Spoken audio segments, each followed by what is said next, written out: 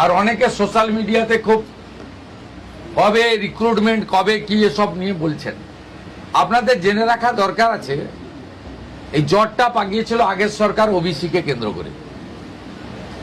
আমরা কি করেছি, আমরা ওবিসির যে ভুল নীতি ছিল বিগত সরকারের, বিধানসভায় আইন এনে ওবিসিটাকে আমরা প্রথম ঠিক করেছি। বিধানসভা আইন আনলে হবে না, সুপ্রিম কোর্টে গেছিল বিগত রাজ্য সরকার। আজকে সুপ্রিম কোর্টের সামার খুলেছে 8ই জুলাই, আজকে মেনশন করা হয়েছে আগামী কয়েকদিনের মধ্যে সুপ্রিম কোর্ট থেকে রাজ্য সরকার ওবিসি মামলার ক্ষেত্রে বেরিয়ে আসবে, এক্সিট করবে। তার ফলে যে 6000-এর পরীক্ষা আপনার মৌখিক হয়ে গেছে, বাকি যে 6000-এর মৌখিক বাকি আছে সেটাও হয়ে যাবে। আর আমরা সংকল্পপত্রে দেওয়া কথা অনুযায়ী কোনো রাজনৈতিক লোক নিয়োগ প্রক্রিয়াতে থাকবে না।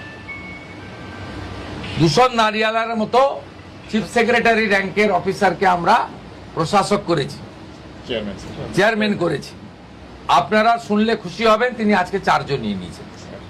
স্বচ্ছতার সঙ্গে, মেধার সঙ্গে SC ST OBC WS PH roster মেনে, রিজার্ভেশন রোস্টার মেনে কাজ করবে। এবং 1 আগস্ট থেকে প্রাথমিক স্তরে 6 টাকা 78-এর বদলে 10 টাকা মিড ডে মিল হচ্ছে। এবং 1 আগস্ট থেকেই কলকাতা সহ বড় একটি অংশে ইসকন মিড ডে মিল বিতরণের দায়িত্ব নিচ্ছে, তারা কিছু ভর্তুকিও দিচ্ছে, খুব হাই কোয়ালিটির খাবার দেবে। আপনারা আরো কয়েকদিন ডিম আর ইসকন নিয়ে আলোচনা করতে থাকুন, বাকিটা 1 আগস্ট আমি আপনাদের বলবো। সবগুলো কম্পোনেন্ট নিয়ে, সবগুলো ইস্যু নিয়ে আলোচনা হয়েছে। Primary, upper primary, high school, college, university,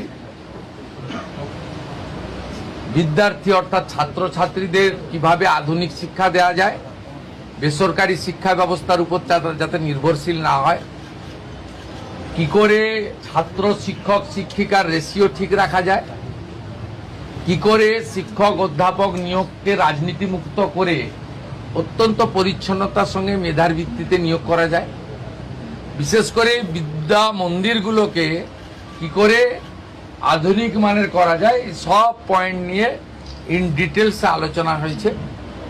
immediate যেটা বিদ্যালয়গুলো পাবে, অর্থাৎ প্রাইমারি, আপার প্রাইমারি, হাই স্কুলের ক্ষেত্রে কম্পোজিট গ্র্যান্ট, যেটা 3 বছর